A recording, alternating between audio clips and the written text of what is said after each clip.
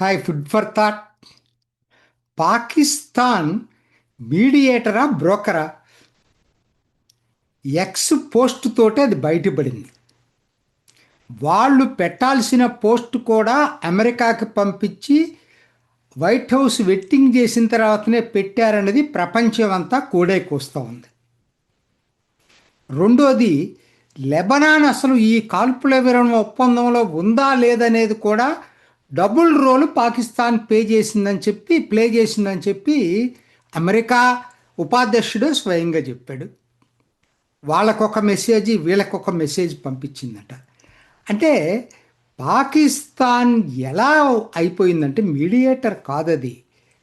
అమెరికాకి ఒక బకరా కావాలా, ఆ బకరా పాకిస్తాన్ అయితేనే సరిపోతుందని చెప్పి వాళ్ళు దానికి బెస్ట్ సూటబుల్ అని చెప్పి అనుకున్నారు. లేకపోతే ఒసామా బిన్ లాడెన్ని దాచిపెట్టిన పాకిస్తాను మీడియేటర్ ఏంటి అసలు? ప్రపంచం మొత్తం నివ్వెరపోతుంది ఇది. సో యుఎస్కి కావాలి ఒక బకరా, అదే Pakistan brokerage. Food for thought.